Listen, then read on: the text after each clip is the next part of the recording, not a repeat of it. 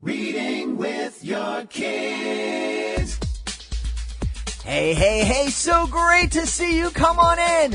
Hi, my name is Jedley, and this is the Reading with Your Kids podcast, coming to you from the beautiful neighborhood of Reedville in the southwest corner of Boston, Massachusetts. We hope that you've connected with us on social media. On Facebook, you can find us at facebook.com/readingwithyourkids. On Instagram, we are at Reading with Your Kids, and on Twitter, it's at Jedley Magic. We have a wonderful guest for you today. It's a STEM Tuesday edition of the show. Our Dean of all things STEM and STEAM, Jennifer Swanson, is here to celebrate epic achievements and fantastic failures. Before we start our celebration of epic achievements and fantastic failures, we want to let you know that this episode of the podcast is brought to you by The Present is a Gift by Elhanan Ogoric. This is a Reading with Your Kids certified great read. We just love this book. The Present is a Gift is a children's book written and illustrated by Elhanan Ogoric that teaches children focus and mindfulness through the observation of mindful animals practicing yoga. This book is a wonderful resource for parents and caregivers on how to raise children with an understanding of the importance of love, kindness, gratefulness, and respect, and also learn some informative facts about the featured animals. We just love this book. That's why our evaluation team gave it the Reading with Your Kids seal of approval. We think that you'll love it too, and that you will want to add it to your child's library. It's The Present is a Gift by Elhanan Ogoric, a Reading with Your Kids certified great read. We also want to let you know that this Sunday, October 6th, the Reading with Your Kids podcast is going to be a big part of the Orange County Children's Book Festival in Costa Mesa, California. This is the largest children's book fair in North America, and we have a great big exhibit booth that we want you to come and visit us at. It's number D5 in the yellow section. You'll be able to meet me. You'll be able to meet Lisa Caprelli, the author of Unicorn Jazz. You'll also be able to be on the magical debut of the Unicorn Jazz plushie. We also will have a number of other authors joining us. Dennis Matthew, the author of Bello the Cello, says he's going to be there with us. Marla Humer said she's going to try to drop by. Helena Bailey, and so many more guests. Oh, you can also catch the Reading with Your Kids Magic Show live on the Illustrator stage. That's all coming up this Sunday, October 6th, at the Orange County Children's Book Festival in Costa Mesa, California. Get ready, my friends. It's time for another great, fantastic, epic STEM Tuesday edition of the Reading with Your Kids podcast, coming to us from Jacksonville in Florida. It's like one of the first times she's been back to Jacksonville in the last few weeks. Our Dean of all things STEM and STEAM, Jennifer Swanson. Jennifer, welcome back. How are you? I'm good. Thanks, Jed. It's been so much fun following Jennifer on social media. She's been she's traveling to the CERN, and she's traveling here and there. I'm waiting for you to pop up on the International Space Station. Oh, okay. I would be good with that. But I was at NASA a few days ago. There you go. That was pretty cool. We got a kind of behind the scenes tour of one of the exhibits there. With an astronaut. So, yeah, I've been all over the place doing lots of amazing research where it takes me, all about STEM and STEAM. Yay! Yeah. And, that's one of the things I think that is so cool about being an author, especially you have this love of science. And because you're an author and because you're writing about science and introducing kids to STEM fields and inspiring kids to check out STEM and STEAM fields, you have a chance to follow that passion and talk to folks who are doing these incredible things in the STEM fields. Yeah, it's like, the 7-year-old kid in me that started the science club in my garage is like, yay! All these years later, I get to go and meet all these amazing scientists and engineers who are out there, making history and discovering things and figuring things out, and all to help our world. It's an honor. I love what I do. And I love what you said, like all these great scientific achievements, these engineering feats, they're all about helping people and helping our world. And one of the things that I've heard, we talk about there's a big push to inspire, especially young girls, to get interested in the STEM fields. And one of the things I've heard is that, a lot of girls aren't interested in STEM because that's like a boy thing, because boys like toys and like touching things, and girls like relationships and helping people. That's why we see them in nursing and things like that. And I think if we help girls understand that when you're in STEAM, when you're in engineering, when you're a scientist, when you're involved with mathematics, you're also helping people. Absolutely. I mean, so funny thing, we were on a cruise and our table mates were two retired NASA engineers. So, I was like crazy. Like, oh my gosh. But the woman, she was a NASA engineer. She's a mechanical engineer, and she worked there for probably over 25 years. And she created payloads for the International Space Station. So she made the glove box, which is it's a box where you can do laboratory experiments inside. And so you put your hands into this glove, so you can't get into the box. But the thing is that doesn't seem that cool until you put it on the International Space Station, and all of a sudden you're doing experiments in zero gravity. And everything that they're doing in there, they're learning so many things about plants and about humans and how they work in microgravity, I should say, not zero gravity. And a woman helped. She was in charge of that program. So yeah, girls can do it all. Anybody can. Absolutely. And so today we have Jennifer on. She is a regular guest, one of our most popular guests.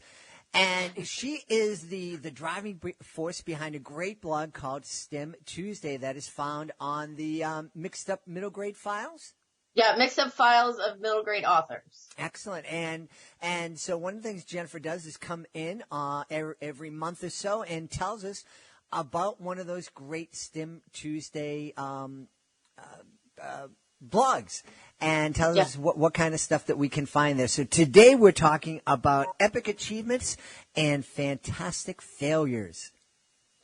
Yes, this is, let's see. So if you're looking at the blog, which is found on, the easiest way to find it is www.stemtuesday.com. So this would be the May 2019 edition. We do our topics every month, and this one is epic achievements and fantastic failures. So we start out the first week with a cool book list that's created by two of my STEM Tuesday team members, authors Nancy Castaldo and Patricia Newman. They always do a fabulous job pulling books together that fit into this category. So some of the ones we have, of course, are the Wright brothers for kids. So how they invented the airplane. Plus, there's activities in this book. So if you have that STEM curiosity and you want to actually do some of these experiments, you can. That book is by Mary Kay Carson. And then we have Epic Fails, which is the Wright brothers nose diving into history. By Eric Slater and Ben Thompson. And this Epic Fails is a whole book series. I think this is the third book in the series, and these are so well done. They're funny. They're really funny. Then we have Google It, A History of Google, How Two Students' Mission to Organize the Internet Changed the World, by Anna Crowley Redding. And of course that one would be under the epic achievements because we all know what Google has done. But one of my favorite ones in here is the book of massively epic engineering disasters by Sean Connolly. And this one it focuses on the engineering part. We all know I'm a big engineering geek. And it answers the questions like, why did the Titanic sink? Why does the Leaning Tower of Pisa lean? So that one is a really, really fun book too. And that's so important for, it's fun to look at failures, but it's also important because, we've talked a lot on the show about just how important it is for us to let our kids know that failure is part of the process and is part of eventually succeeding. Absolutely. Especially if you're a scientist or an engineer. We never say that. I mean, I actually hate that we call it failure because everybody thinks, oh my gosh, I failed. Mm-hmm. It actually just means a new way of looking at something. Mm-hmm. Okay, what you thought maybe wasn't right, but hey, what we learned is maybe we should try it this way. And so that's kind of what this month is all about, hopefully, is getting kids to realize that, you can even have epic achievements out of fantastic failures. Mm-hmm. Mm-hmm.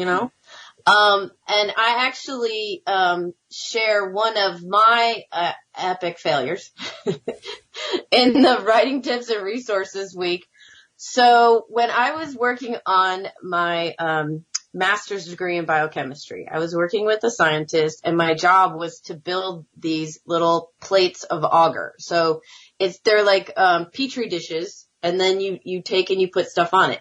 And what you're putting in it is agar, which is basically like a gelatin type thing, right?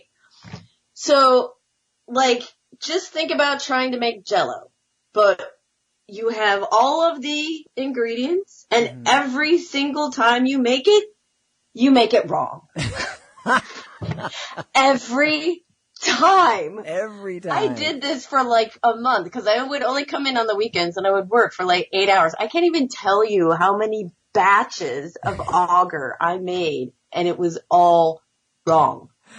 And I was so you gotta be kidding me. This can't be that hard. There's only 6 steps. But the one thing that my professor said to me, because I was really, upset, she said, you know what? You are the most consistent person I have ever seen. You are consistently making it wrong, but you are being consistent. So, that's kind of a story I like to share with students because, anybody can make mistakes. Mm-hmm. But my teacher saw not in me, oh gosh, you're a failure, but she saw a positive way to have me help see what I was doing. Okay, yes, I was making the agar wrong, but every single time I was very consistent. And, that's a good trait for a scientist. Absolutely, yeah. And what a great teacher to be able to spot that and not just kind of rag on you for making the mistake over and over and over again. Well, she wasn't happy that I was using up all the materials, but, and she did come, and it was funny because it was one tiny little step that I just kept leaving at every single time. And it was that step that I don't know, changed the whole thing into the right, right consistency. It happens. Yeah. But again, this is a good teaching moment for kids to realize that, everybody makes mistakes. It's not just kids. Mm-hmm. And you can learn from them. And I was going to say, I love the fact that you share that with students when you're out and you're doing a school visit, and because I think it's so important for us as parents. I know when I'm on stage and kids ask me, gee, have you ever made a mistake when you're doing a magic trick? And I'm I always say, are you talking about today? Because, yeah, I did today. And I do every time I do a show. And I think for parents, it's actually empowering for us as parents to admit that we make mistakes. Because so many parents try so hard to be perfect and to put that perfect, I never make mistake face on, and I know everything, kind of hat on for our kids. And that's such a really high and difficult standard to keep. And when we just let our kids know that we're human and we make mistakes and we don't know everything, but that's okay because there are these ways that we can learn, and we can learn from our mistakes, and we can find out what we don't know yet. It's really a great way to empower our kids. Yeah, I agree. And yes, when I tell the story, the kids do laugh. Aha, you couldn't make Jell-O. I was like, yeah, not only could I not make Jell-O right once, but 12 times I couldn't make Jell-O right. Hey. Okay, so in the second week, we have In the Classroom, which is done by Carolyn DeCristofano. She's a great STEM author on one of our team.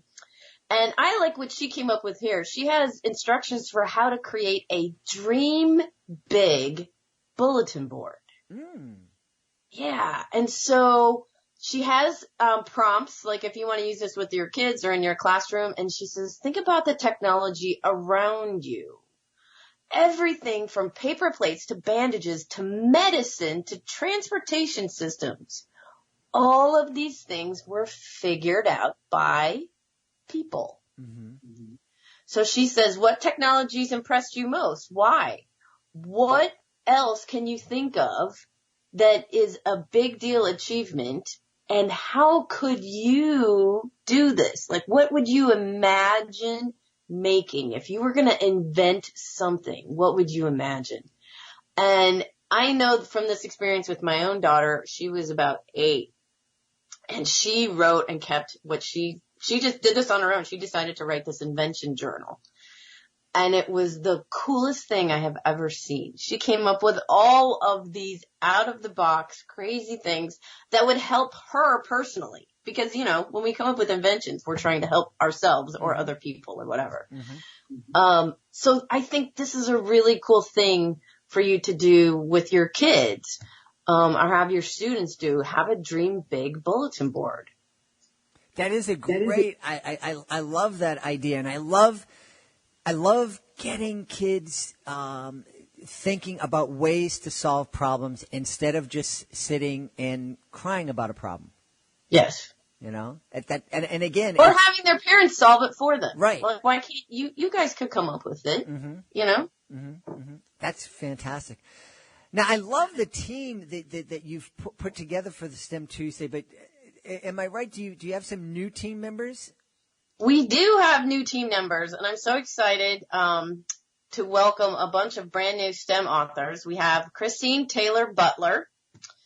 We have Sue Heavenrich, Kirsten W. Larson, Maria Marshall, Carla Mooney, and Janet Slingerland. If you go to our homepage at stemtuesday.com, you can see all about these amazing people that have joined us. We almost doubled our team because we are approaching our 2nd year of doing this, which I can't even believe it went by that fast. And so we thought we needed to bring on some more STEM aficionados. So everybody's going to fill in and move about and kind of give us an extra boost. But I am thrilled to be able to welcome everybody on board. The team is so amazing. I mean, they do it all. I do most of the admin stuff, and I will write a blog post occasionally, but the team is really dedicated and they do a fabulous job with it. That's fantastic. It's always exciting when you have new people joining a team. They're bringing some great new ideas and great new energy into something that's pretty fantastic. Right, exactly. And as long as we're talking about our 2nd anniversary, can I tell your listeners about a contest we are running, Jed? No, not at all. No, of course. That was a big lead-in for you. Of course, tell us all about it. So, it is called our 2nd annual COSTEM contest.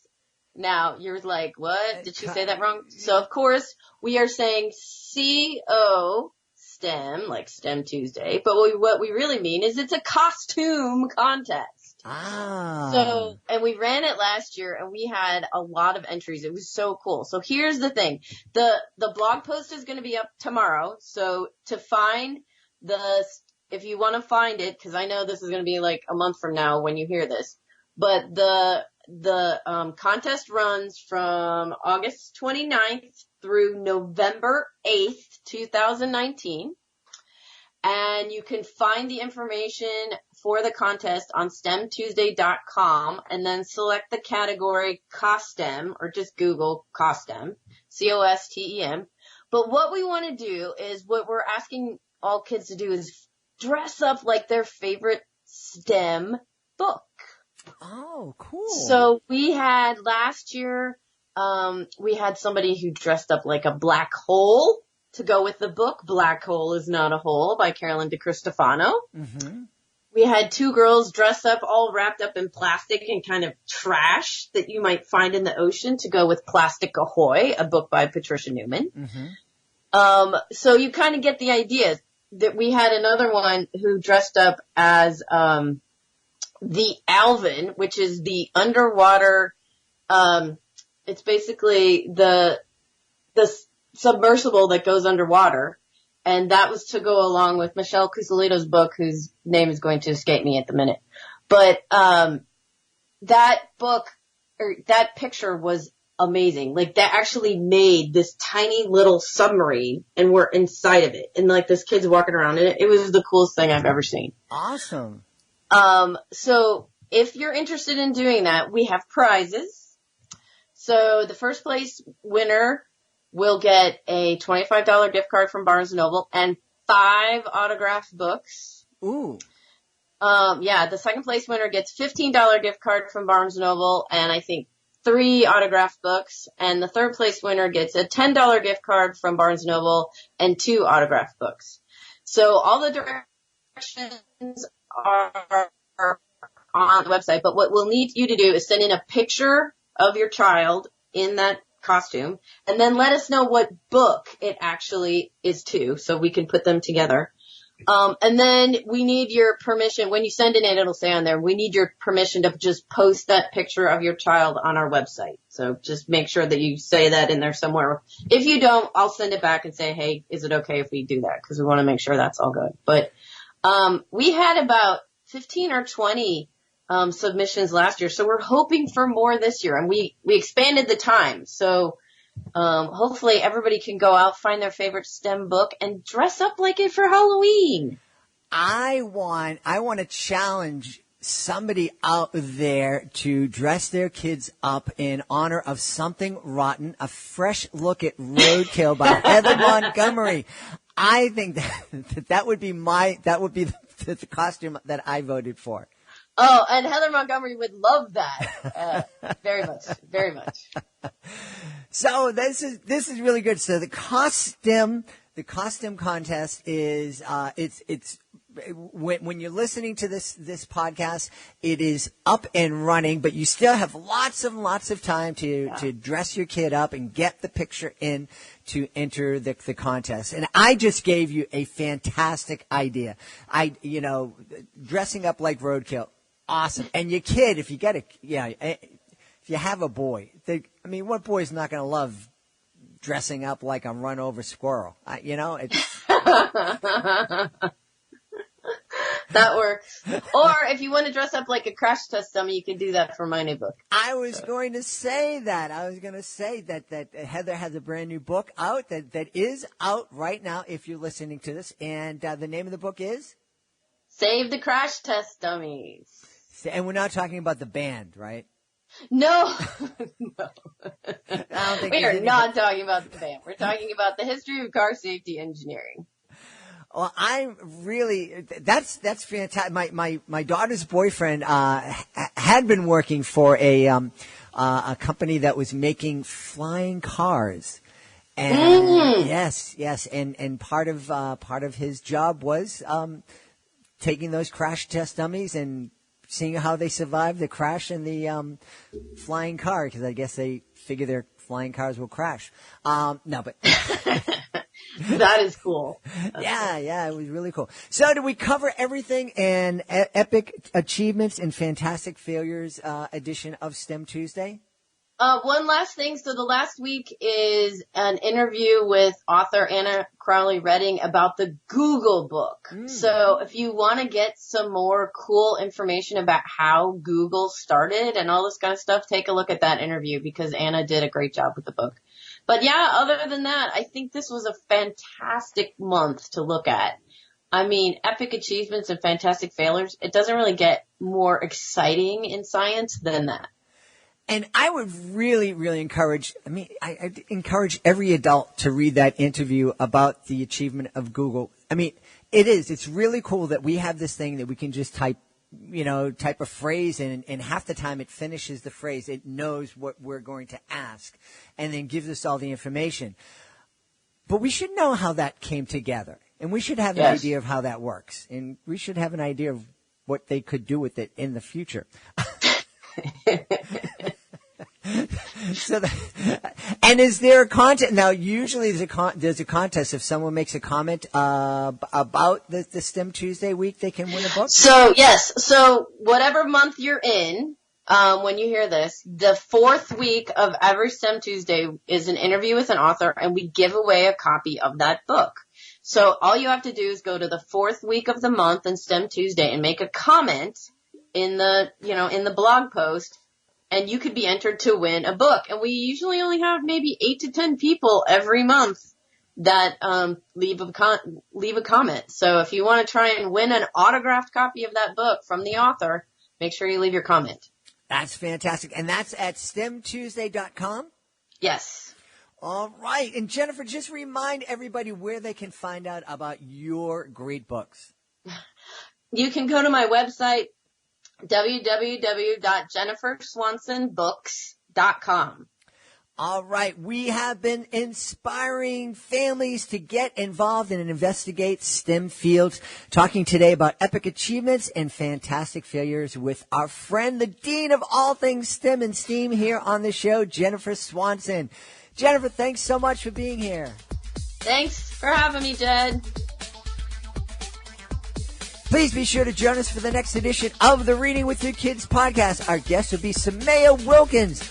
She's the author of Searching for Sunshine with her daughter. And this, Samaya is all about helping us understand what it's like growing up with a parent who has mental illness. Samaya is that parent, and she talks to us and talks to us from her daughter's perspective. And it's a really touching interview, and I think that you're going to get a lot out of it. Please be sure to catch it. That's the next episode of the podcast. If you're the author of a great published children's book, or a soon-to-be published children's book, you may remember, if you're the author of a book that's already been published, you may remember how excited you were to receive your author's copy of the book for you to look at for the very first time. You also might have been surprised what came along with that book. You may not have realized it came with it when you open up that book. That's right. When that book came, you not only became the author and maybe the illustrator of that book, you also became the marketing director for that book. That's true, because it doesn't matter if you are an independent author who published your own book, or if you're with a traditional publishing company. As the author of the book, you are the person most responsible for getting out there and marketing the book and celebrating it to the world. Well, we would love to help you do that job, because we know that you didn't go to school for that. You went to school. You wanted to be an author. And this marketing stuff, it's really, really tough. Well, we have something that could help out. It's the Reading with Your Kids Certified Great Read program. We told you that the Present is a Gift by Elhanan O'Gork is a Reading with Your Kids Certified Great Read. We have assembled a great panel of evaluators, their teachers, their parents, their kids. And if they believe that your book is worthy of 4 or 5 out of 5 stars, it becomes a Reading with Your Kids Certified Great Read. And with that certification comes a number of really wonderful tools that can help your book stand out amongst the crowd of books that are published every single week. Check it out today. Go to our website, readingwithyourkids.com. Want to thank the folks who made today's show such an epic achievement. Jennifer Swanson, our Dean of all things STEM and STEAM. Thank you so much for being part of our show. I want to thank my amazing producer, Fatima Khan. Be sure to check out her blog at the readingwithyourkids.com website. I want to thank my beautiful wife for all of the support she gives me. I want to thank Augie the doggy for having my back here in the studio. And most of all, I want to thank you. Thank you so much for taking the time to join us today. And as always, thank you so much for taking the time to make the world a better place by reading with your kids. I'll be looking for you in the next episode of the Reading with Your Kids podcast.